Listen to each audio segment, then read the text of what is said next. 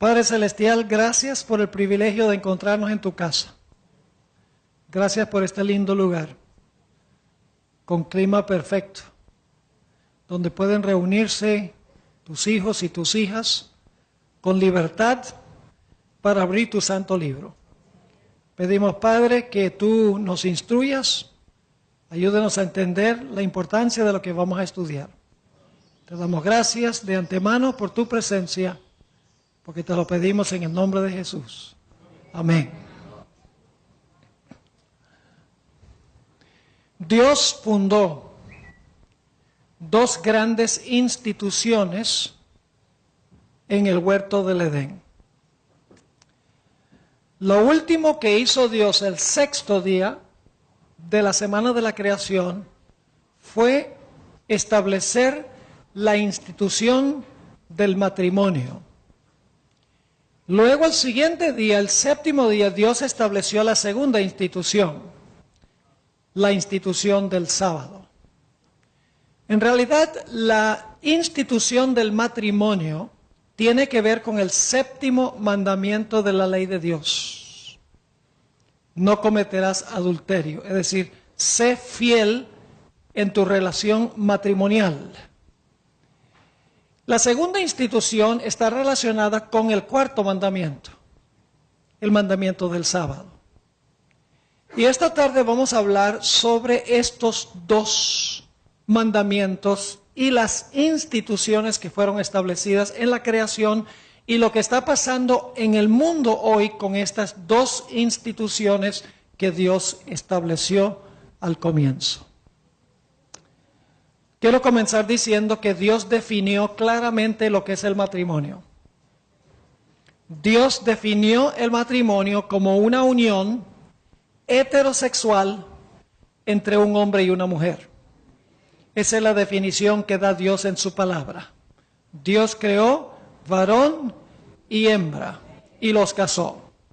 Dios definió claramente el matrimonio antes de entrar el pecado al mundo. Es el plan original, el plan A de Dios. La segunda institución también la definió Dios claramente.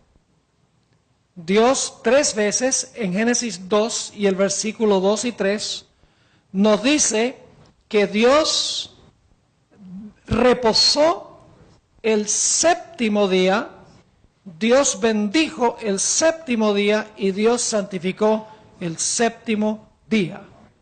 Es decir, Dios definió también la segunda institución. Dios definió que el sábado es el séptimo día de la semana. Ahora vamos a hablar primeramente de la primera institución que Dios estableció. La institución que está relacionada con el séptimo mandamiento de la ley de Dios. La institución que Dios definió como la unión heterosexual entre un hombre y una mujer. Y para estudiar esta institución, quiero invitarles a ir conmigo a Génesis el capítulo 1. Y vamos a empezar en el versículo 26. Me voy a enfocar en el versículo 26 y 27 y luego vamos a leer después hasta el capítulo 2 y el versículo 1. Pero quiero enfocarme primero en el versículo 26 de Génesis 1. Y necesito explicarles algo. Y es que lamentablemente en las versiones en español, la traducción del hebreo en que fue escrito el Antiguo Testamento no está completa. En la versión en inglés sí, pero el problema es que en español a veces tenemos el pronombre que está sobreentendido y por lo tanto no se pone el pronombre. Yo les voy a mostrar en Génesis 1, 26 y 27 cómo lee el original en el hebreo y voy a dedicar el tiempo necesario para que comprendamos estos versículos, porque son muy importantes y hay ciertas cosas que la gente ha pasado por alto por no leer con cuidado los pronombres como aparecen en el idioma original, no en la traducción al español, sino en el original. Ahora, cuando uno lee Génesis 1:26, hay algo que arresta la atención inmediatamente. Y es una fluctuación entre pronombres en singular y pronombres en plural. Sustantivo en singular y sustantivo en plural. Quiero que notemos lo que dice Génesis, el capítulo 1 y el versículo 26. Vamos a encontrar que Dios es una pluralidad. Génesis 1:26 nos dice que Dios se compone de dos personas. Y el texto también nos va a decir que el matrimonio que Dios creó también se compone de dos personas que son un reflejo terrenal de la relación que existe entre el Padre y el Hijo en la deidad. Es decir, la relación entre el Padre y el Hijo en la deidad se refleja en la relación entre el hombre y la mujer a nivel terrenal. Vamos a Génesis 1:26. Entonces dijo Dios. ¿A quién se refiere esa palabra Dios? A Dios el Padre. Uno. La palabra Dios se refiere allí a una persona. Dios el Padre. Y eso lo sabemos del Espíritu de Profecía, Primeros Escritos, página 145. La hermana White dice que Dios le dijo a su Hijo, hagamos al hombre a nuestra imagen conforme a nuestra semejanza. Así que cuando dice, dijo Dios, está hablando del Padre, quien le está hablando a quién, a su Hijo, Cristo Jesús. Así que dice, entonces dijo Dios, hagamos. El verbo está en plural, hagamos. Es decir, Dios le está hablando, Dios el Padre le está hablando a su Hijo Jesucristo y le está diciendo, hagamos al hombre, nosotros dos, hagamos al hombre, ¿cómo? A nuestra imagen, conforme a nuestra semejanza. Ahora, generalmente pensamos que la imagen de Dios significa que Adán individualmente tenía el carácter de Dios y que Eva individualmente tenía el carácter de Dios, pero la imagen de Dios es más que cada individuo teniendo el carácter de Dios. Lo que el texto está diciendo es que la relación que existe entre el Padre y el Hijo se debe reflejar en la relación que tiene el hombre con la mujer, es decir, Adán y Eva. Porque dice, hagamos al hombre a nuestra imagen conforme a nuestra semejanza. Ahora, otro punto que debo mencionarles aquí es que la palabra hombre que se usa aquí no tiene el artículo definido. Escuchen, en Génesis 1 y 2, siempre que aparece la palabra hombre, que a veces se traduce también Adán, pero es la misma palabra, sea que se traduzca Adán o sea que se traduzca hombre, es la misma palabra Adán. Siempre en Génesis 1 y 2, cuando aparece la palabra hombre, aparece con el artículo definido el hombre y se refiere al varón, con una excepción. Génesis 1:26. En Génesis 1:26 la palabra hombre aparece sin el artículo definido, porque ahí la palabra hombre se usa en sentido genérico para referirse al hombre y a la mujer. En todos los demás casos, en Génesis 1 y 2, la palabra hombre aparece con el artículo definido el hombre y se refiere al varón. Solo aquí en Génesis 1:26 la palabra hombre se refiere a el varón y la hembra porque aparece sin el artículo definido. Porque Dios está diciendo, vamos a crear al hombre a nuestra imagen. Para que el hombre sea a imagen de Dios tiene que haber por lo menos ¿qué? Dos personas. ¿Me están entendiendo lo que estoy diciendo? Si Dios va a hacer al hombre a su imagen, a nuestra imagen, conforme a nuestra semejanza, y Dios son dos, Padre e Hijo, entonces la imagen debe significar que hay dos personas que tienen una relación semejante a la relación del Padre y el Hijo. ¿Están entendiendo lo que estoy diciendo? Pero eso solo se capta en el hebreo. No se capta en las traducciones, lamentablemente, que la palabra hombre aparece sin el artículo definido. Ahora, fíjense lo que sigue diciendo. Entonces dijo Dios, es el Padre que está hablando a su Hijo, hagamos, Padre e Hijo, a hombre, no a el hombre varón, sino hombre, varón y hembra, a nuestra imagen conforme a nuestra semejanza. Y luego cuando dice a nuestra imagen conforme a nuestra semejanza, se refiere a semejanza de ¿quién? Del Padre y el Hijo. Ahora hay un problema en la traducción. Ustedes verán aquí que dice, y señoree. Esa no es la traducción correcta. Es señoreen, plural. En inglés dice, let them have dominion. Pero como se usó la palabra hombre singular, los traductores ponen señoré en singular. Pero no toman en cuenta que la palabra hombre no tiene el artículo definido y se refiere a los dos. ¿Sí están conmigo? Dice, bueno, todo esto es académico, pastor. Es muy importante. Solamente estamos poniendo las bases ahora para algunas cosas tremendas que vamos a estudiar. Así que dice, señoreen. Dicho sea de paso, esto comprueba que la palabra hombre se refiere al hombre en sentido genérico. ¿Captan por qué se refiere al hombre en sentido? Dice, vamos a hacer al hombre, y luego dice señoreen, en plural. Así que el hombre son dos. Los dos fueron creados para señorear.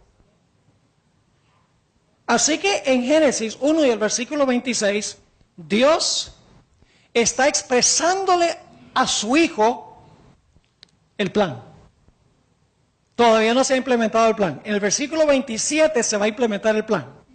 Pero en el versículo 26, el Padre sencillamente le está hablando al Hijo en cuanto a lo que Él quiere hacer. Así que dice, entonces dijo Dios, Dios el Padre, a Jesús, hagamos, Padre e Hijo, al hombre, sin artículo definido, varón y hembra, a nuestra imagen, la imagen del Padre y el Hijo, conforme a nuestra semejanza, la semejanza del Padre y del Hijo, y señoreen. Así que la palabra hombre es plural. Y señoreen en los peces del mar, en las aves de los cielos, en las bestias, en toda la tierra y en todo animal que se arrastra sobre la tierra. ¿Entienden el versículo 26? No vamos a tomar tanto tiempo para todos los versículos, pero es un poco complejo. En inglés no hay ningún problema. En inglés dice, and God said, God ahí es el Padre. ¿Y a quién le está hablando? A Jesús. Let us make man, no the man, sino man, in our image after our likeness, and let them have dominion. So man is them. Es genérico. Y eso no es raro para Génesis. Les voy a dar otros ejemplos donde hay ese fenómeno también. Ahora, en el versículo 27, Dios ahora va a implementar el plan que le mencionó a su Hijo en el versículo 26. Dice en el versículo 27, y creó Dios, ¿de quién está hablando allí? El Padre. El antecedente, la palabra Dios se refiere a quién? Al Padre. Versículo 26 es el Padre. Dice, y creó Dios, y ustedes dicen, pero un momentico, ¿el creador no fue Jesús? Escuchen, la Biblia parece ser ambivalente cuando se trata de quién fue el creador. Hay versículos donde dice que el Padre fue el creador, le menciono los siguientes. Apocalipsis 4:11. Si ustedes leen con cuidado Apocalipsis 4:11, es un himno que se está dando, alabando al Padre que está sentado en el trono. Y no dice allí que el Padre es el creador, sino que dice, por tu voluntad fueron las cosas creadas. Es decir, el Padre es el arquitecto de la creación, es el que hizo el plan. Y Jesús fue el albañil. Jesús fue el que implementó el plan. Por eso el Padre le dice al Hijo, hagamos al hombre. El Padre toma la iniciativa y el Hijo llega a ser el instrumento activo en la creación. 1 Corintios 8:6 dice que el Padre creó a través del Hijo. Como lo dice también Hebreos 1 y el versículo 3. Y creó Dios, ahora escuchen bien, la palabra hombre tiene artículo definido allí. Creó Dios el hombre. Ahí se refiere a varón. Manténganse conmigo. Dice, creó Dios al hombre a ¿qué? Su propia imagen. Ahora en inglés, es interesante leer la versión en inglés, que es más leal al hebreo. Dice, so God created man in his image. Singular o plural. His image. Singular. Interesante. So God created man in his image. No dice their image. En el versículo 26 decía, a nuestra imagen, conforme a nuestra semejanza. Pero aquí de repente Dios es el Padre.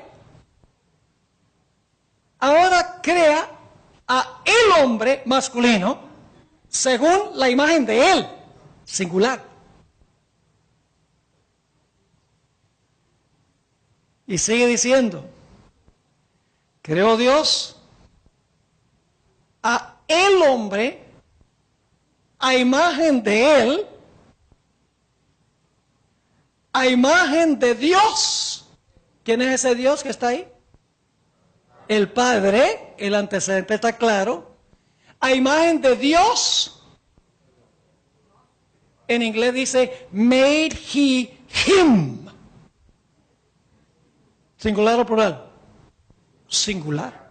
Está hablando de la creación del hombre. Y luego sigue diciendo, y creó Dios, es el Padre, a el hombre, el varón, a imagen de él, es decir, a imagen del Padre, a imagen de Dios, que el antecedente es el Padre, lo creó a él. Pero luego aclara que el hombre es no solamente el masculino, porque del masculino va a salir la mujer. Así que termina diciendo, varón y hembra los creó. ¿Están conmigo o no? En inglés dice, so God, el Padre, created the man. El artículo definido, el hombre masculino, in his image, no in their image, no los dos, in his image, in his own image, in the image of God, he, el Padre, created him, el hombre, y luego explica, male and female, he created them. Y luego dice en el versículo 28, y los bendijo Dios. Ahora entra en perspectiva los dos. Y los bendijo Dios. ¿Quién es el que está bendiciendo aquí? Dios. ¿Quién? El Padre. Todo el contexto indica que es el Padre. Y Dios, no, en el hebreo está la palabra Dios, en la traducción no lo ponen porque dicen está sobreentendido que se trata de Dios, pero en el hebreo dice, y los bendijo Dios, y Dios les dijo, Es decir, el Padre les dijo a ellos: fructificad y multiplicaos, llenad la tierra y sojuzgadla, y señoread en los peces del mar, en las aves de los cielos, en todas las bestias que se mueven sobre la tierra. Y entonces viene algo muy interesante, el versículo 29 dice: dijo Dios, he aquí que os he dado planta que da semilla, que está sobre toda la tierra, y todo árbol en que hay fruto y que da semilla, os serán para comer. Y a toda bestia de la tierra, y a todas las aves de los cielos, y a todo lo que se arrastra sobre la tierra, en que hay vida, toda planta verde le será para comer. Y fue así. Y ahora viene el versículo 31. Y vio Dios, ¿quién? El Padre. Todo lo que Él había hecho. En el español no está el pronombre, pero en el hebreo sí. Todo lo que Él había hecho. Y he aquí que era bueno en gran manera. Y fue la tarde y la mañana el día sexto, y luego el capítulo 2:1 concluye la historia. Dice: fueron pues acabados los cielos y la tierra y todo el ejército de ellos. ¿Está claro? Ahora yo sé que ustedes están pensando, diciendo: pero pastor, por entonces usted está diciendo que el hombre fue creado solo a imagen del Padre. ¿Acaso no dice: hagamos al hombre a nuestra imagen, conforme a nuestra semejanza? Así lo dice en el hebreo, claro que sí. Pero es interesante que el Hijo refleja la imagen del Padre. Y Eva deriva la imagen de Dios a través de Adán. ¿Están conmigo o no están conmigo? Les voy a leer un texto del apóstol Pablo donde él trae a colación esto. Pablo dice en 1 Corintios 11, dice: el hombre fue hecho a imagen y gloria de Dios, pero la mujer es la gloria del hombre. Entonces la mujer no fue imagen de Dios, claro que fue imagen de Dios por medio del hombre. Como Jesús es imagen del Padre, la gloria es para el Padre. La gloria del Padre es el Hijo. Ahora vamos a resumir los puntos importantes de lo que hemos estudiado hasta ahora. Número 1. La creación del hombre fue un esfuerzo cooperativo entre dos individuos. ¿De acuerdo? El Padre elaboró el plan y el Hijo lo implementó. ¿Pero para gloria de quién? Para la gloria del Padre. El Padre fue el arquitecto y el Hijo fue el albañil. Ahora quiero leerles una cita tremenda del Espíritu Profecía. Patriarcas y Profetas, páginas 14 y 15, sobre la creación. Dice la sierva del Señor: el Hijo de Dios había ejecutado la voluntad del Padre en la creación de todas las huestes del cielo. ¿Cómo? Yo pregunto, ¿el Hijo estaba sujeto a la voluntad del Padre aún antes de que existiera el pecado en el cielo? Sí, Señor. Porque dice claramente: el Hijo de Dios había ejecutado la voluntad del Padre en la creación de todas las huestes del cielo. Esos son los ángeles. Y a Él, debe decir a Jesús, así como a Dios, a Él, a Jesús, así como a ¿quién?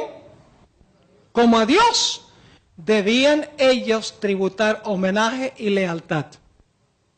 Cristo había de ejercer aún el poder divino en la creación de la tierra y sus habitantes.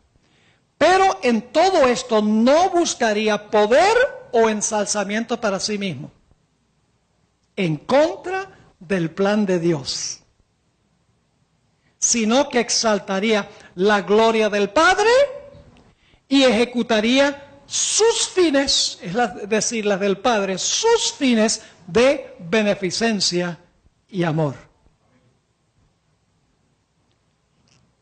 ¿Quién es el artífice? ¿Quién es el que recibe la gloria? ¿Quién es el que da el plan? El Padre.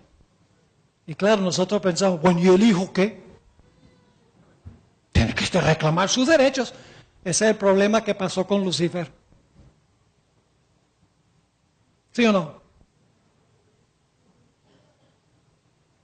En otra cita, Historia de la Redención, página 13 y 14, dice la sierva del Señor: el Hijo ejecutaría la voluntad y los propósitos del Padre y no haría nada por sí mismo. La voluntad del Padre se cumpliría en él.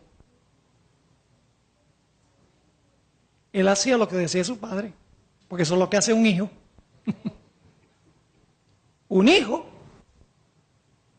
está sujeto a la autoridad de su padre. Y según vieron, Jesús es hijo de Dios aún antes de la creación de las huestes celestiales. Sujeto a la voluntad del Padre. No inferior. No es que Cristo no sea Dios, Cristo es Dios. Es igual a Dios, pero está sujeto a la voluntad de su Padre desde la eternidad. Y a nosotros no nos gusta eso porque no nos gusta estar sujeto. No, eso no dice, eso está mal. Eso es estar inferior, sujetarse. No, no, no. Entonces Jesús es inferior al Padre, si ese es el argumento. ¿Están conmigo? Ahora, ¿puede haber entonces igualdad y sujeción de uno al otro? Sí, señor. Claramente. Así que nuestro primer punto es, en el resumen, la creación fue un esfuerzo cooperativo entre dos individuos. El Padre elaboró el plan y el Hijo lo implementó. La gloria y la honra es para el Padre y el Hijo hace lo que dice el Padre. Segunda conclusión. Dios creó dos personas distintas. ¿Adán y Eva eran dos individuos distintos? Sí.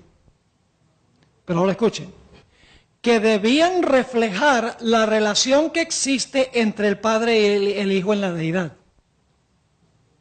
Es decir, la relación entre Adán y Eva, la forma como ellos se relacionaban, debía reflejar la forma en que se relaciona el Padre con el Hijo y el Hijo con el Padre. Por eso hagamos al hombre a nuestra imagen. Es decir, la relación entre Adán y Eva debía ser un reflejo de la relación entre el Padre y el Hijo. Y lo interesante es que Dios creó dos personas distintas para reflejar la relación que existe entre el Padre y el Hijo, que son dos personas distintas, dos individuos. Tercer punto. Dios estableció una distinción clara y diáfana entre la sexualidad del hombre y la mujer. Los hizo varón y hembra, género masculino y femenino. Claramente sale eso del relato, de Génesis 1, 26 y 27. Dios no creó a Adam y Steve,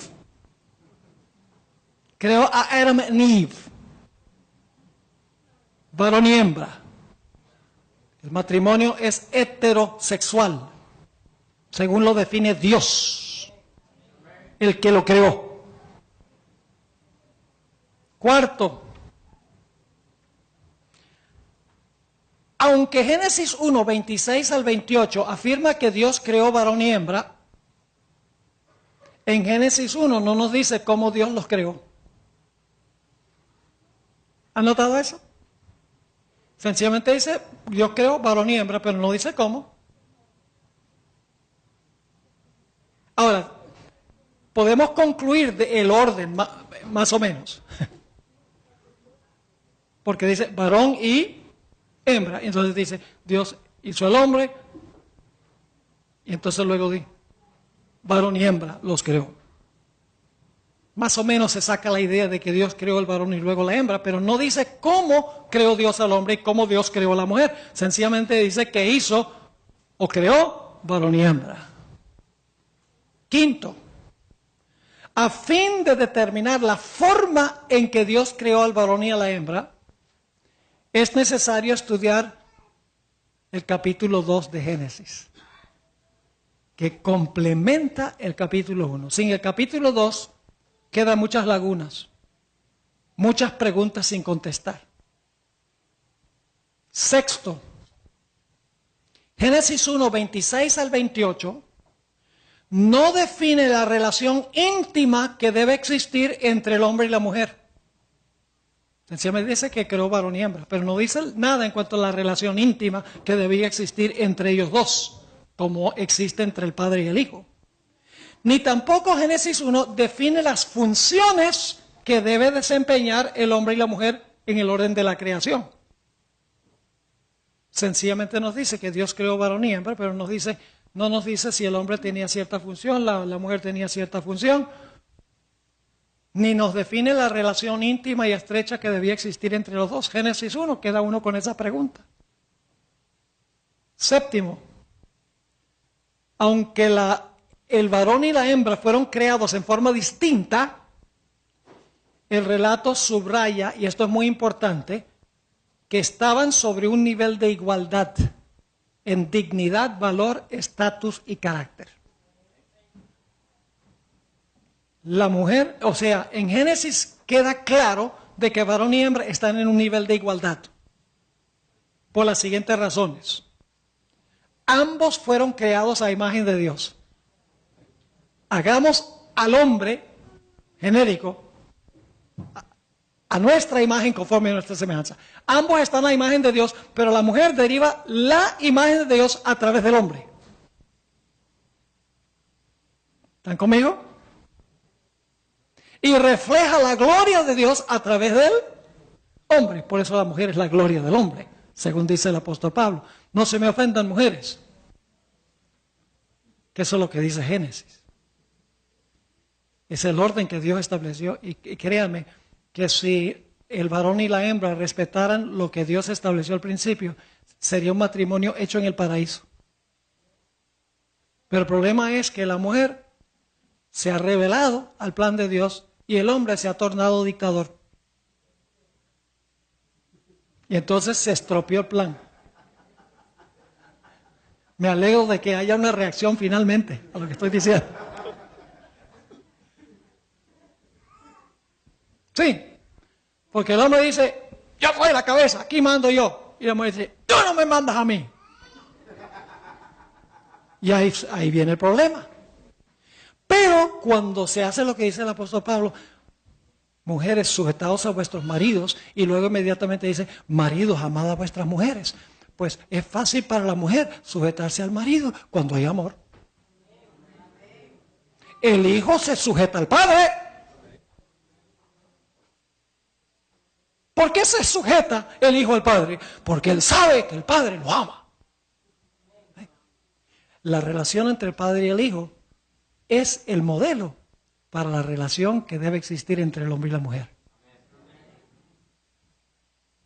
Ahora, déjenme darles las evidencias en Génesis 1, 26 y 27 de que el hombre y la mujer están en un nivel de igualdad. Ambos fueron hechos a imagen de Dios. Ambos fueron bendecidos por Dios. A ambos se les dio dominio. Eva estaba compuesta de la misma sustancia que Adán. Eva tenía el mismo ADN de Adán.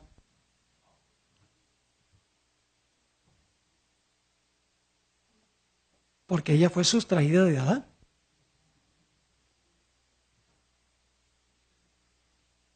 Ahora saben ustedes que cuando, por ejemplo, yo tengo el ADN de mi papá y mi mamá,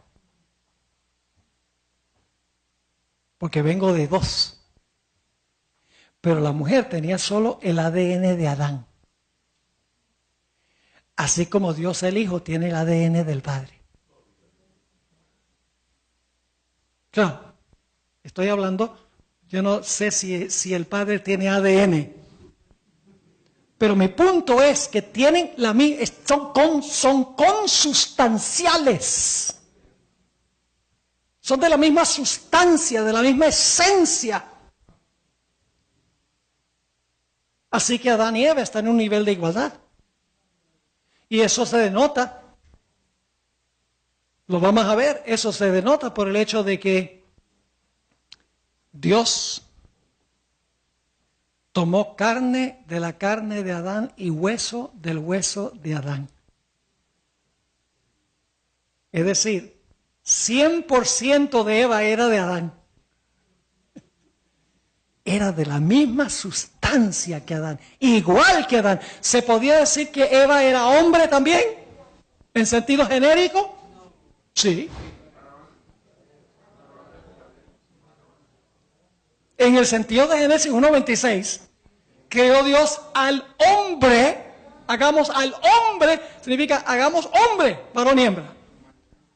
Yo pregunto, ¿tanto a la mujer como a Adán se le podía llamar hombre? Porque eran 100% humanos los dos. Yo pregunto, ¿a Dios el Padre y al Hijo se le puede llamar a ambos Dios? Porque son consustanciales. ¿Ve que hay mucho aquí que se ha pasado por alto en este relato de Génesis? A ambos Dios les dio el nombre genérico, hombre. Y algunos dirán, pero pastor, ¿cómo se explica eso de que Dios ambos, si ustedes van a Génesis 5:2, dice que cuando Dios creó varón y hembra, los llamó hombre. Pueden leerlo ahí en Génesis 5:2, si me pueden poner Génesis 5:2 ahí. Yo les voy a mostrar que el varón y la hembra ambos son hombres. Dice, varón y hembra los creó y los bendijo y llamó el nombre de ellos Adán, que es la palabra hombre. Y dice, ¿cómo es que entonces? Porque uno tiene el hombre y luego tiene hombre en sentido genérico. ¿Y cómo es eso? En el relato de Génesis, mis hermanos y hermanas, se usan palabras en sentido restringido y en un sentido más amplio. Por ejemplo, le voy a dar 3 ejemplos de Génesis 1 y 2. El primer ejemplo es el uso de la palabra día. La palabra día en Génesis 1 tiene un uso limitado y un uso amplio. Porque Dios a la luz llamó día y a las tinieblas llamó noche. Pero también la palabra día se refiere no solo a la parte iluminada, sino fue la tarde y la mañana del día primero. La palabra día se usa en un sentido exclusivo y en un sentido inclusivo. Como la palabra hombre se usa para el hombre, el varón, pero en un sentido más amplio, varón y hembra. Lo mismo la palabra cielo. En el principio creó Dios los cielos y la tierra. Cuando dice los cielos se refiere a las estrellas, la luna, etc. Pero luego dice que Dios colocó a las aves, Dios llamó a la expansión cielos. La expansión es cielo en sentido limitado, pero en sentido más grande se aplica a todo. Lo mismo la palabra tierra. En el principio creó Dios los cielos y la tierra, todo el globo. Pero más adelante dice que Dios llamó a la tierra seca tierra.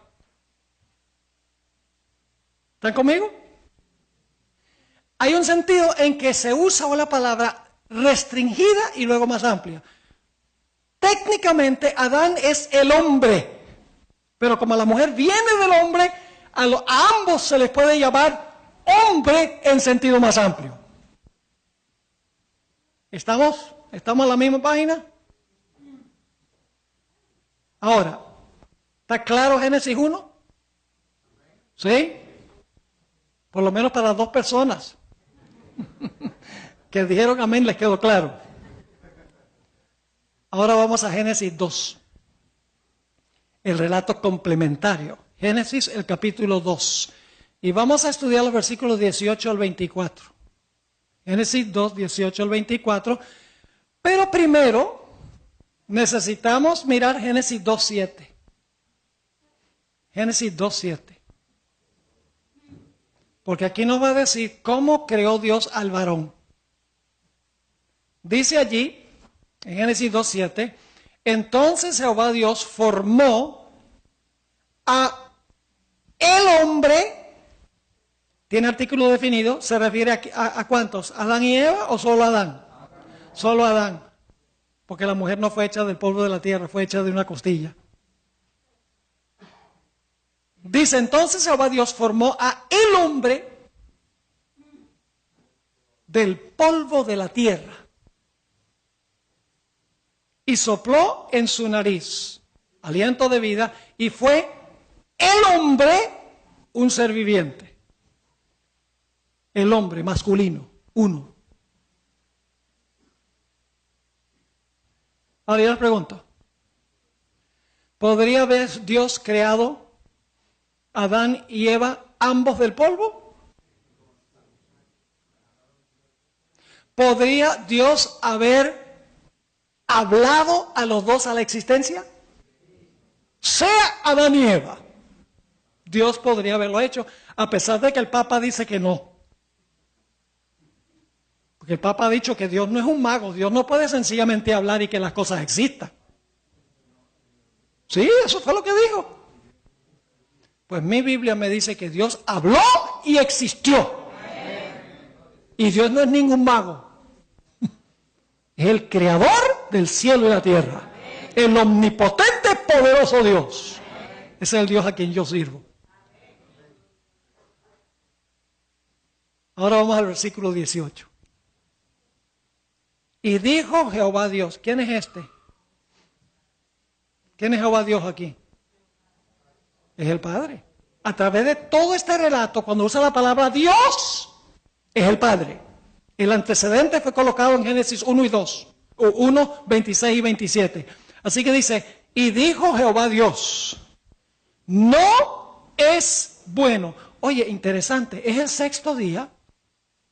Todos los días Dios ha dicho y vio lo que él había hecho. Bueno, bueno, bueno. Sexto día, hay algo aquí que no está bueno. No es bueno que el hombre esté solo. Le haré ayuda idónea para él. ¿Para quién fue hecha la ayuda idónea? Para él. No él para ella. No significa que se zafan de lavar los platos y de pasar la aspiradora en la casa. No se crean. Le haré ayuda idónea para él. Jehová Dios formó pues de la tierra toda bestia del campo, toda ave de los cielos, y las trajo a Adán.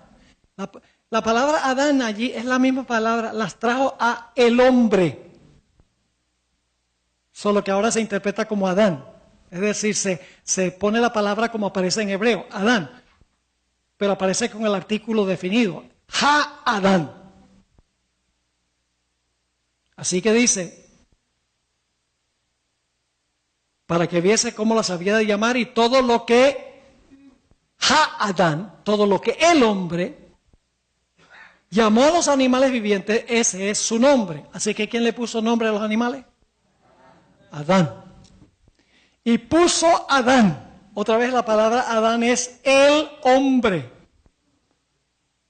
Puso el hombre nombre a toda bestia y ave de los cielos y a todo ganado del campo, mas para Ha-Adán, el hombre,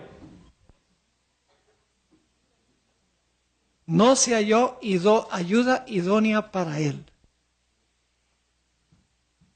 Y ahora viene la primera anestesia general de la historia. Y la primera cirugía. Entonces hizo Jehová Dios. ¿Quién es ese? El Padre, muy bien. Jehová Dios hizo caer sueño profundo sobre Ha-Adán, sobre el hombre. Y mientras éste dormía, tomó una de sus costillas y cerró la carne en su lugar. Qué tremendo. Y de la costilla, que Jehová Dios, ¿quién es ese? El Padre, tomó del hombre, de Ha-Adán, hizo una mujer. ¿Es consustancial la mujer con el hombre? Sí. Dijo entonces Adán, el hombre, esto es ahora hueso de mis huesos y carne de mi carne. Será llamada varona. En inglés, she shall be called woman. Así que Adán no solamente nombró a los animales, sino también nombró a la mujer. Y luego explica, porque del varón fue tomada. Y luego vienen estas palabras, muy interesantes estas palabras. Génesis no nos dice quién habló estas palabras. Si uno lee continuado, uno recibe la impresión de que Adán está diciendo estas palabras. Porque en el versículo previo dice, leyendo continuado, dijo entonces Adán, esto es ahora hueso de mis huesos, carne de mi carne, será llamada varona porque del varón fue tomada, por tanto dejará al hombre de su padre y de su madre. Da la impresión de que el que está hablando estas palabras fue Adán. Pero no fue Adán. El que predicó el primer sermón nupcial y ofició el primer matrimonio fue Dios. Para eso tenemos que ir a Mateo 19, 4 al 6. Y está hablando Jesús. Mateo 19, 4 al 6. Vamos a leerlo. Mateo 19, 4 al 6. Él respondiendo les dijo. Está hablándole aquí a los saduceos y a los fariseos, los líderes judíos que vinieron con el caso de los varios matrimonios. Ustedes recuerdan ese episodio, ¿verdad? Querían ponerlo entre la espada y la pared. Entonces Jesús dice, ¿no habéis leído que el que los hizo al principio, varón ni hembra los hizo? Y dijo, ¿quién fue el que dijo? El que los hizo al principio, dice, y dijo, por esto el hombre dejará padre y madre. ¿Quién toma la iniciativa para dejar, la mujer o el hombre? El hombre. Por tanto, el hombre dejará padre y madre, se unirá a su mujer, y los dos serán una sola carne. Así que no son ya más dos, sino una sola carne. Por tanto, lo que Dios, ¿quién es ese personaje? El Padre. Lo que Dios juntó, no lo separe el hombre. Y entonces ya estaban casados. Primer matrimonio de la historia. Ahora vamos a buscar las conclusiones basadas en lo que acabamos de estudiar de Génesis 2, porque hay varias conclusiones que necesitamos alcanzar. Vamos a resumir esos puntos. Dios creó a dos individuos, ¿correcto?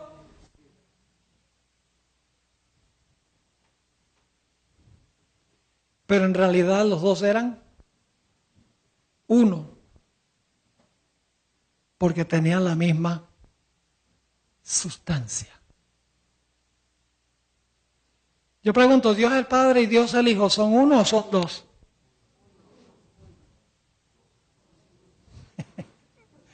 Son dos personas. Pero Jesús dijo en Juan 10:30, yo y el Padre uno somos. Ahí está la evidencia de que la relación del hombre y la mujer, que son dos pero uno, debía reflejar la relación del Padre y el Hijo, que son dos pero uno. Esa es la imagen de Dios. La relación que existe entre el varón y la hembra. Así que el primer punto en el resumen es que Dios hizo dos individuos, pero eran uno, de la misma esencia, sustancia, así como el Padre y el Hijo son dos, pero son uno, porque son consustanciales. Siguiente punto, no se me ofendan mujeres, que ya le va a tocar a los hombres. La mujer fue creada después que el hombre, ¿de acuerdo? Y usted dice, ¿eso qué importa? Para el apóstol Pablo tiene gran importancia. Yo pregunto, ¿ustedes creen que el apóstol Pablo fue tan inspirado como lo fue Moisés? ¿O es que Pablo fue... lo que pasa es que Pablo era un machista. Y podemos confiar menos en Pablo que lo que podemos confiar en Moisés. Eso es lo que muchos están diciendo en la iglesia hoy. Que Pablo está reflejando la cultura de su época. Pero el apóstol Pablo dice en 1 Timoteo 2, 12 y 13, y no voy a leer esos textos porque el asunto aquí no tiene que ver directamente con la ordenación de la mujer, aunque ya ustedes pueden alcanzar conclusiones a base de lo que estamos estudiando del texto bíblico sobre las respectivas funciones para las cuales Dios creó al hombre y la mujer y la relación que debe existir entre el hombre y la mujer. Pero el apóstol Pablo dice en 1 Timoteo 2, 12 y 13, dice, no permito que la mujer enseñe ni ejerza autoridad sobre el hombre.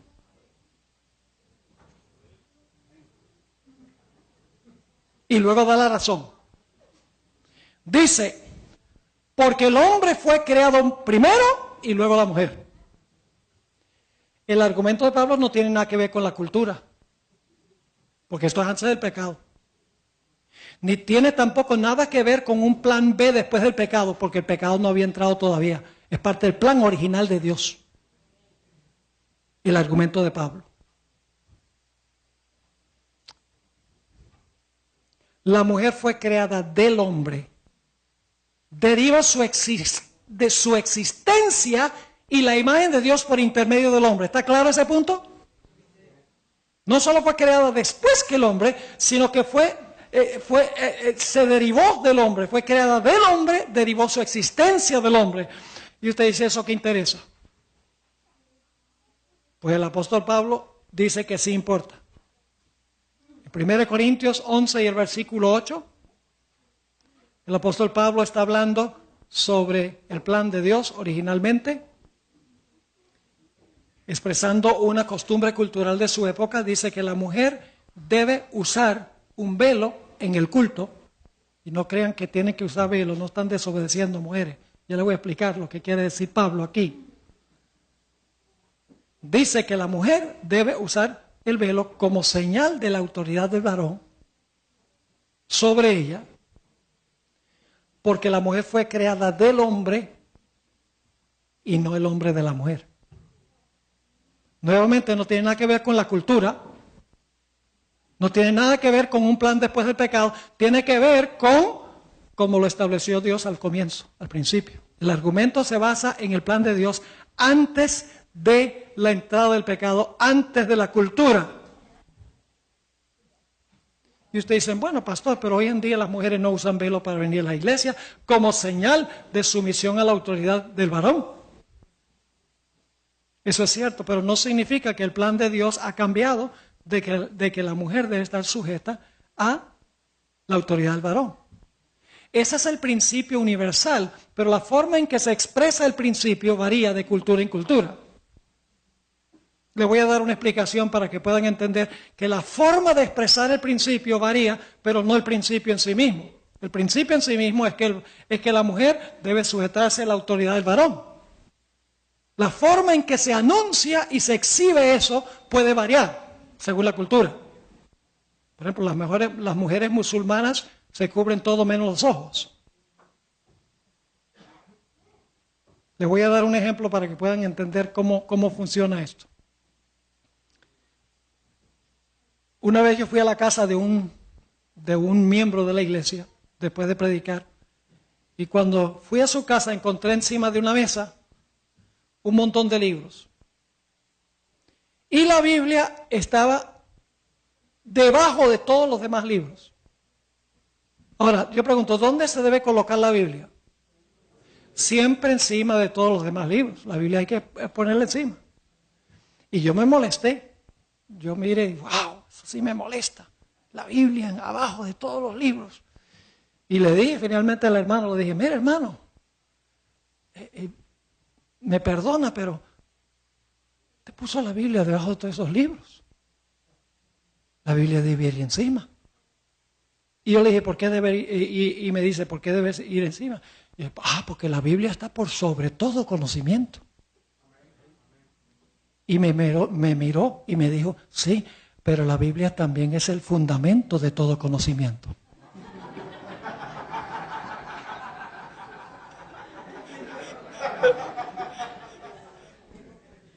¿Quién tenía razón? Los dos. Los dos. El principio es la Biblia por sobre todo.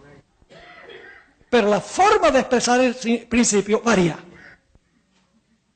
El principio de sumisión de la mujer al hombre es el principio universal, pero se puede expresar en forma distinta dependiendo de la cultura. Y el apóstol Pablo parece indicar en este pasaje que el cabello largo de la mujer, que le fue dada por naturaleza, dice el apóstol Pablo, equivaldría al velo que usa la mujer. Siguiente punto. La mujer fue creada para ser ayuda idónea para el hombre y no el hombre para la mujer. Y usted dice, ¿eso qué importa? Para el apóstol Pablo importa. Porque en 1 Corintios 11:9, el apóstol Pablo dice que la mujer debe usar el velo como señal de la autoridad del hombre, porque la mujer fue creada para el hombre y no el hombre para la mujer. Nuevamente, su argumento no tiene nada que ver con la cultura y no tiene nada que ver con el plan de Dios después del pecado. Su argumento se basa en el orden que estableció en la creación.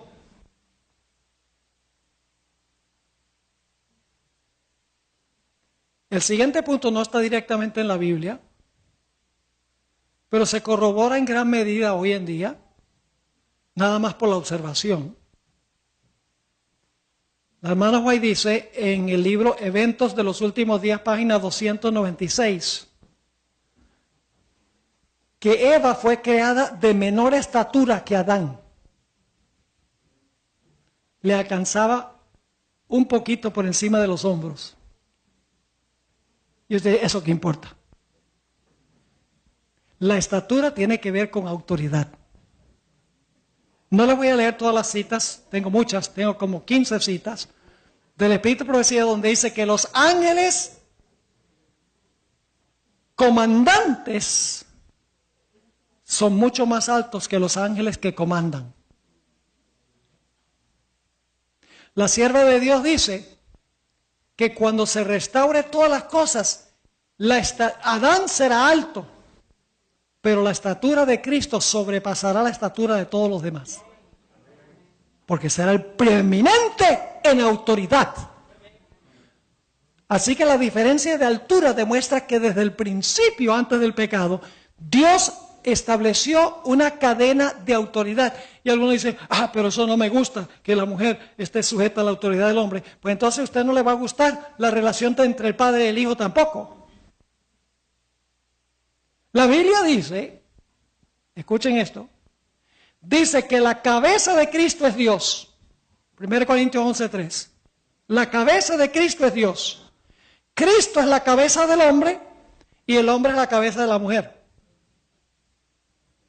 ¿Ustedes creen que es cosa mala que el padre sea la cabeza del hijo? No. ¿Ustedes creen que es malo que Cristo sea la cabeza del hombre? Pero que el hombre sea la cabeza de la mujer, sí. ¿Cómo puede ser consistente y arguir de esa manera? Y escuchen bien, Dios es el Padre. Dios el Padre es el único que no tiene cabeza. No estoy hablando literalmente, tiene cabeza. Pero no tiene ninguna cabeza sobre él.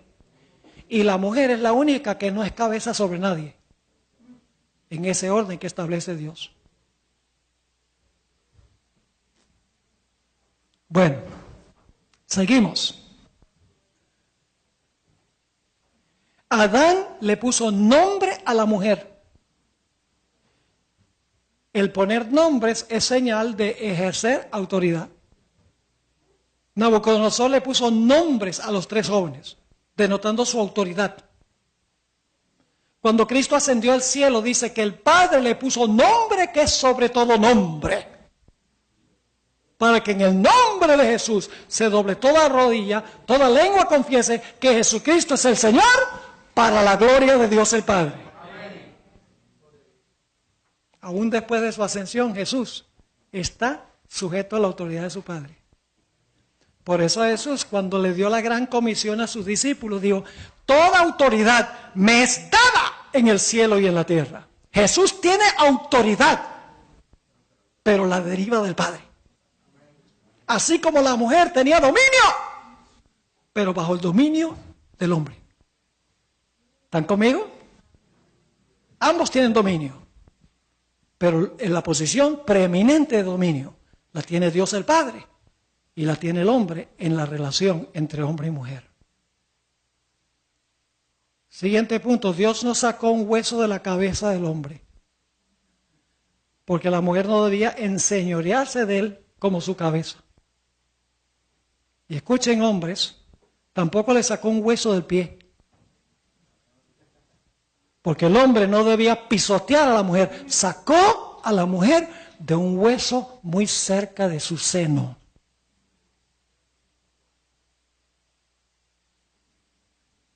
Porque ese es el lugar que ella debió ocupar en relación con el hombre. Muy cerca de su seno. Ahora escuchen bien.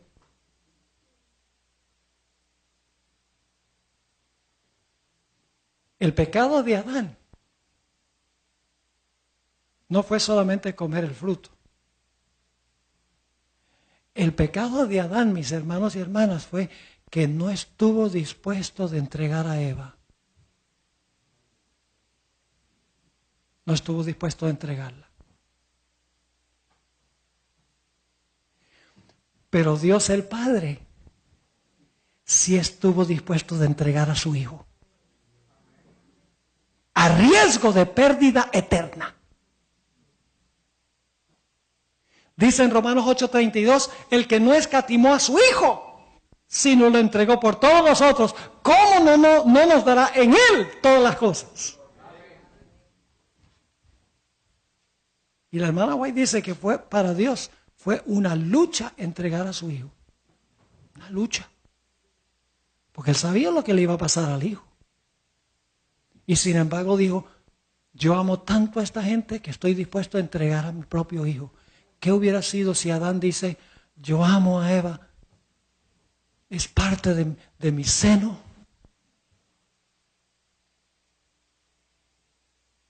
Pero voy a obedecer a Dios.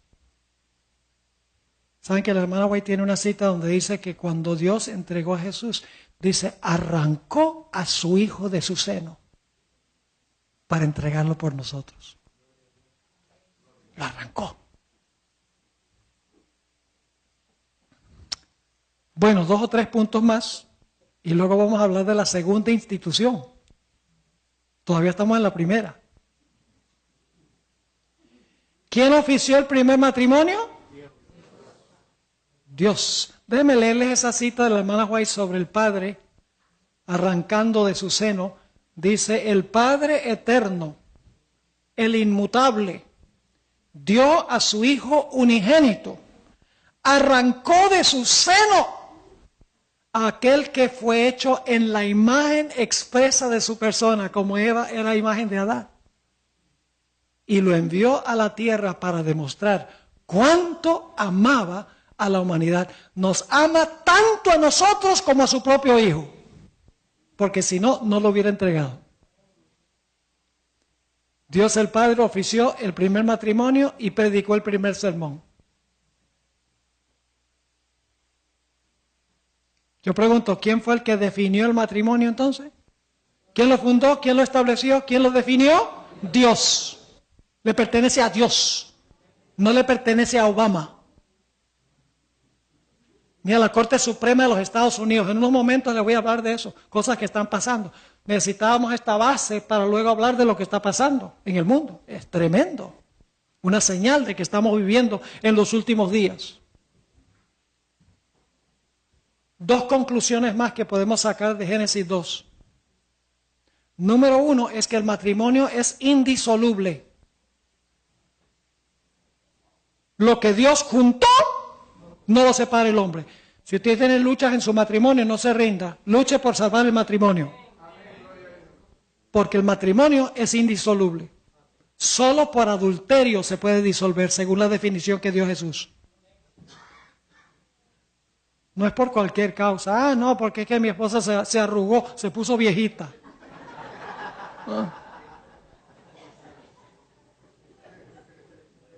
O mi esposo me abusa. Puede separarse si está en peligro su vida.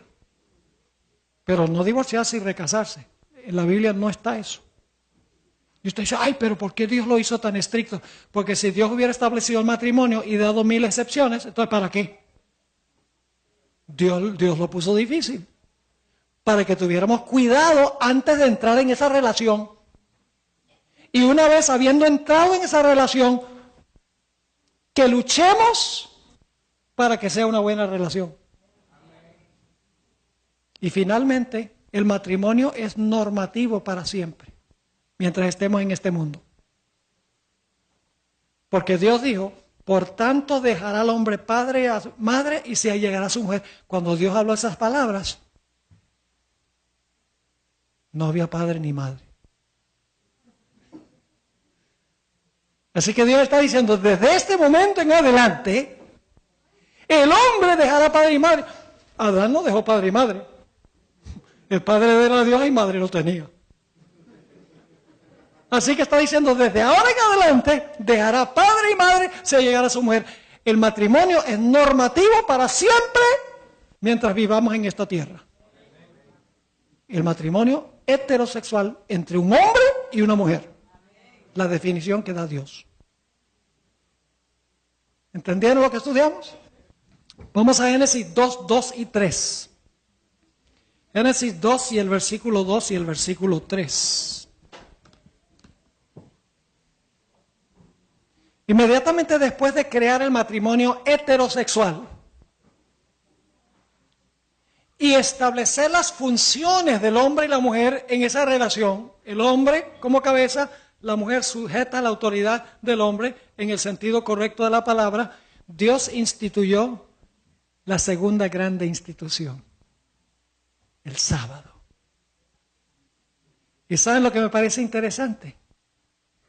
Hoy en día, los cristianos conservadores, los bautistas, los carismáticos, los pentecostales, gente como Rick Warren, por ejemplo. ¿Ustedes saben quién es Rick Warren? El que escribió el libro La vida con propósito, La iglesia con propósito. Millones y millones de libros. Fue al Vaticano con otros 29 eruditos protestantes para reunirse con eruditos católicos para hablar sobre el matrimonio, la crisis del matrimonio. ¿Cómo debe ser el matrimonio? Pues yo hubiera querido que me invitaran allá, porque yo les doy un discurso de 30 segundos.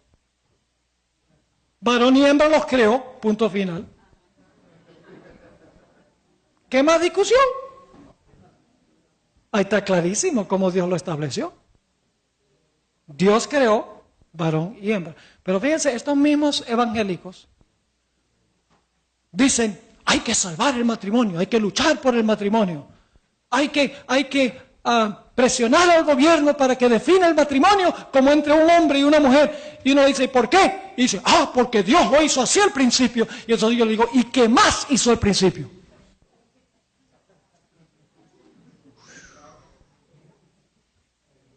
¿Por qué defienden el matrimonio y no el sábado? Si el sábado fue hecho al mismo tiempo que el matrimonio.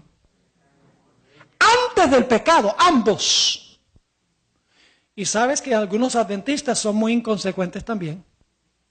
Porque dicen, el matrimonio tiene que ser entre un hombre y una mujer, y el sábado es el séptimo día. Pero cuando se trata de la dieta que Dios dio también al principio, dice, eso no se aplica. O todo se aplica o nada se aplica. Dios quiere que volvamos al plan original. No un plan B. No, Dios quiere que volvamos a un plan A, pero Dios dio permiso de comer carnes limpias. Pues en cortas cuentas ya no son limpias.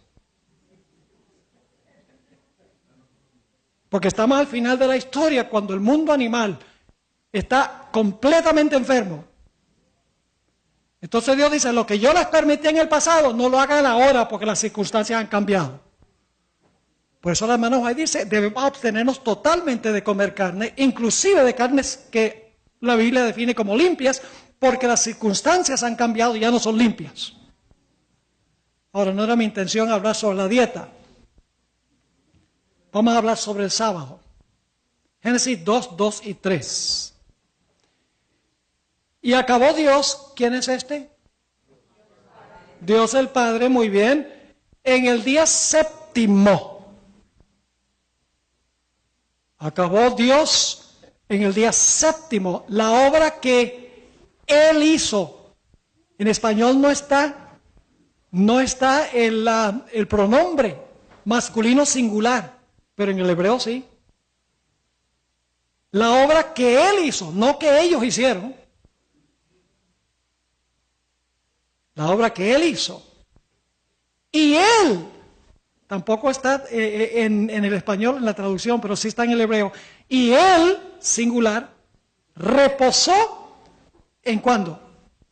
En el día séptimo de toda la obra de Él que Él hizo, dice en el hebreo.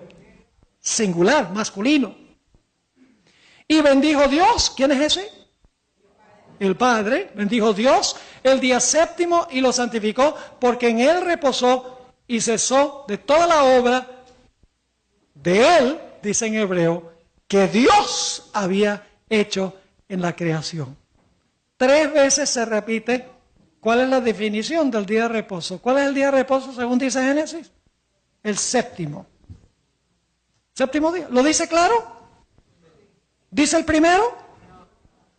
¿Dice el sexto? No, dice el séptimo día, el sábado. Clarito. Y no falta alguno que diga, pero pastor, ¿cómo sabe usted que el séptimo día de hoy es el mismo séptimo día de los días de Jesús? Entonces yo lo que les pregunto es, ¿qué día va usted a la iglesia? Al domingo. ¿Y por qué va al domingo? Porque Cristo resucitó el domingo.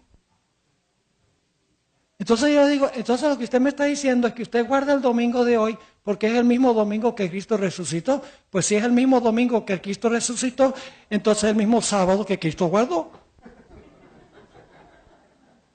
Usted no puede decir que hoy es el mismo domingo de allá, pero que no es el mismo séptimo día sábado de allá. Y luego salen con otra y dicen, pero ¿cómo sabe usted que el sábado de los días de Jesús es el mismo sábado de la creación? Y mi explicación es sencilla. Jesús fue el albañil del sábado. Y Él no iba a guardar el día que no era, habiendo sido el creador. La secuencia de días no ha cambiado. El séptimo día todavía es sábado de Jehová. Dios definió el sábado. Es el séptimo día de la semana. Dios definió claramente las dos instituciones. El matrimonio es una unión heterosexual entre un hombre y una mujer. Y el sábado se debe observar el séptimo día de la semana. Ahora escuchen. A pesar del hecho de que la Biblia dice claramente que Dios creó una diferenciación sexual entre hombre y mujer, y que Dios unió un hombre y una mujer en matrimonio, y que Dios les dijo que se fructificaran y se multiplicaran, que no pueden hacer 2 hombres y 2 mujeres, y que el matrimonio es normativo para todo el tiempo mientras estemos en esta tierra. Encontramos claramente que hoy en día los seres humanos están tratando de redefinir ambas instituciones. Una cosa está clara, mis hermanos y hermanas, y es que Satanás odia estas 2 instituciones. La primera institución, escuchen bien, la primera institución, la del matrimonio, salvaguarda la estabilidad del hogar. Y al salvaguardar el bienestar del hogar, salvaguarda también el bienestar de la sociedad y del mundo. Satanás dice, si puedo destruir el núcleo familiar, puedo destruir el mundo.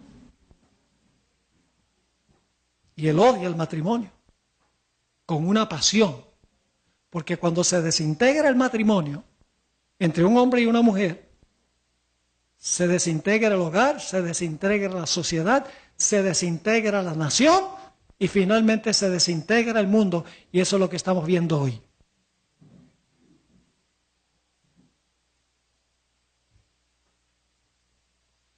La otra institución, la del sábado, protege nuestra relación vertical con Dios. La primera institución es preservar el orden de la sociedad. La segunda institución es preservar nuestra relación con Dios. Por eso nos dio el sábado, para nosotros recordar siempre al Creador, para respetar y venerar siempre a Dios. Por eso es que Dios hizo el sábado la segunda institución. Como ustedes saben, y es cierto aquí en Canadá, al igual que en los Estados Unidos, los que apoyan el matrimonio homosexual están usando los medios de comunicación y los poderes civiles del mundo, inclusive el poder de las Naciones Unidas, para redefinir el matrimonio que Dios ya definió. Diciendo que el matrimonio es una unión de dos personas sin consideración de género. Y cualquier persona que discrepa con esta definición es considerada inmisericordia y prejuiciada. Satanás odia el matrimonio. ¿Saben por qué Satanás odia el matrimonio? ¿Saben cuándo se originó el conflicto de Satanás con Dios en el cielo? Permítame leerles esta cita de Primeros Escritos, página 145, para que ustedes vean. Fue cuando Dios decidió crear al hombre y la mujer y el matrimonio que Satanás se llenó de celos. Por eso odia el matrimonio.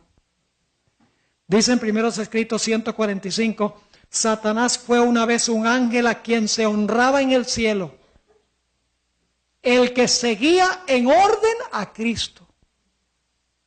Su semblante, como el de otros ángeles, era benigno y denotaba felicidad. Su frente alta y espaciosa indicaba poderosa inteligencia. Su figura era perfecta y su porte noble y majestuoso. Ahora escuchen. Pero cuando Dios dijo a su Hijo, hagamos al hombre a nuestra imagen, Satanás sintió celos de Jesús.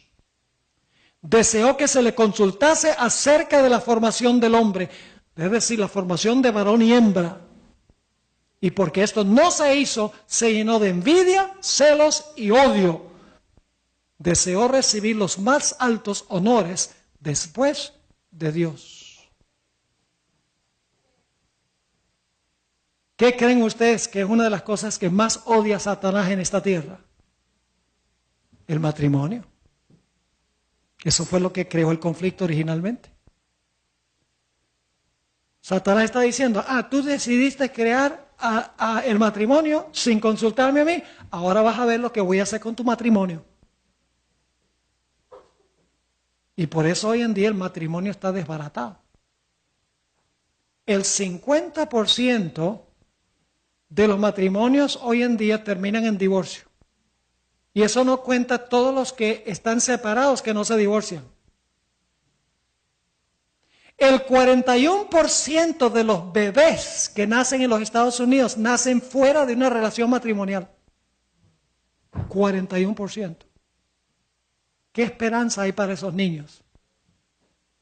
¿Qué esperanza hay para la sociedad, para el mundo, bajo esas circunstancias? Ahora escuchen. Esto es lo más triste. La mayoría de las grandes iglesias que provienen de la Reforma Protestante ya han bendecido el matrimonio homosexual. la Metodista Unida, viene de Wesley, la Presbiteriana de Calvino, la Luterana Unida de Lutero. Han bendecido el matrimonio entre homosexuales. Las grandes iglesias que vienen de la Reforma Protestante. Y algunas de ellas inclusive están ordenando ministros homosexuales. Y quiero decirle algo. Invariablemente las iglesias que están ahora ordenando ministros homosexuales, primero ordenaron mujeres. Es el primer paso. Créanmelo, que el matrimonio entre homosexuales viene pronto a la iglesia adventista. El debate y el conflicto viene, lo digo no por teoría, sino porque lo sé. No estoy diciendo que la iglesia va a apostatar.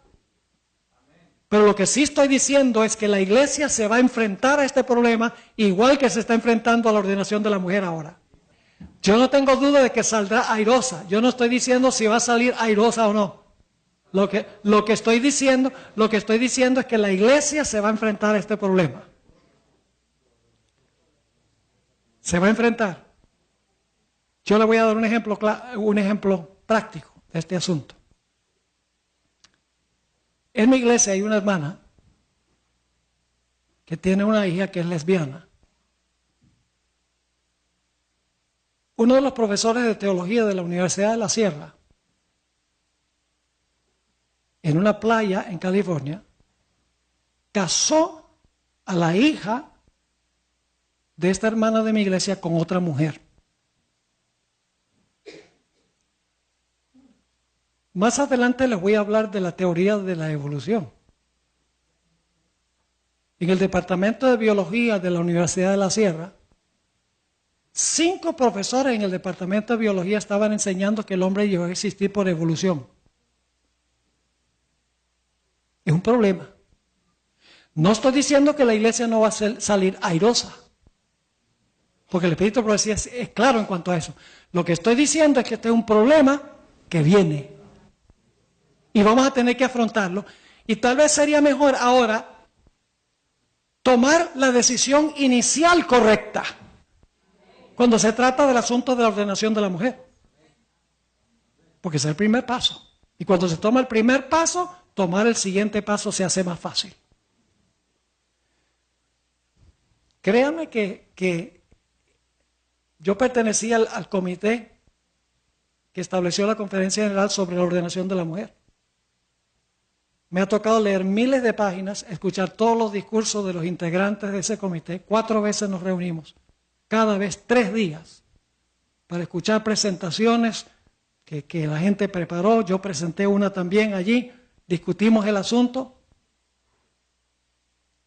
Y los mismos argumentos que se usan en favor de la ordenación de la mujer, lo usan los que están a favor del matrimonio homosexual. Les doy un ejemplo.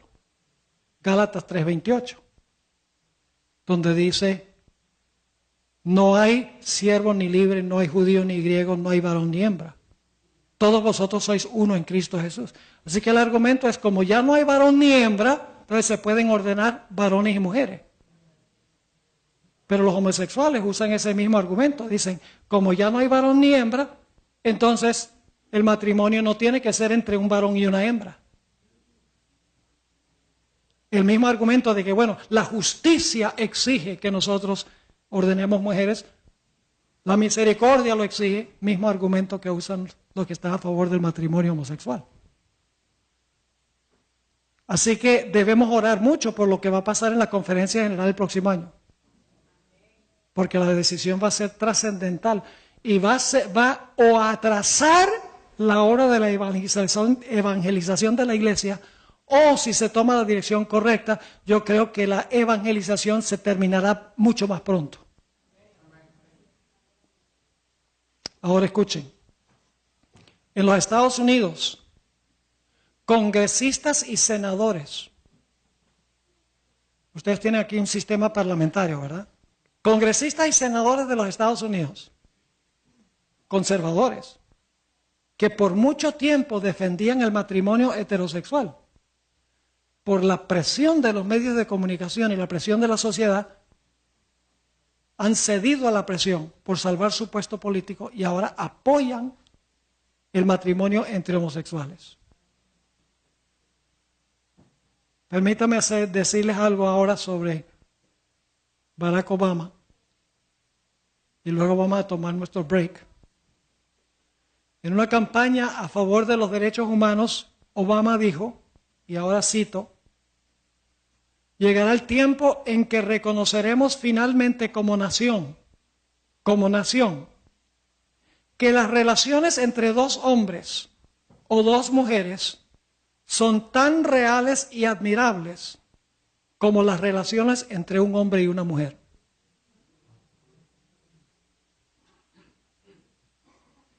El año pasado, un jugador de básquetbol con el nombre de Jason Collins, jugador con los Washington Wizards, salió del closet y se declaró abiertamente homosexual.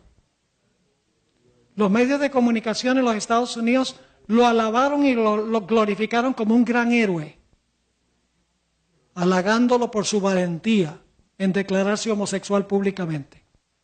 Fue el primer deportista de los grandes deportes de los Estados Unidos en declararse abiertamente homosexual.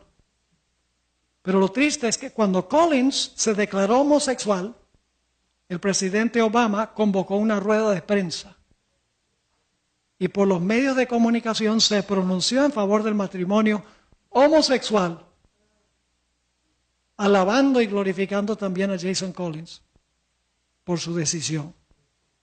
Es el primer presidente en la historia de los Estados Unidos que se pronuncia abiertamente a favor del matrimonio entre homosexuales.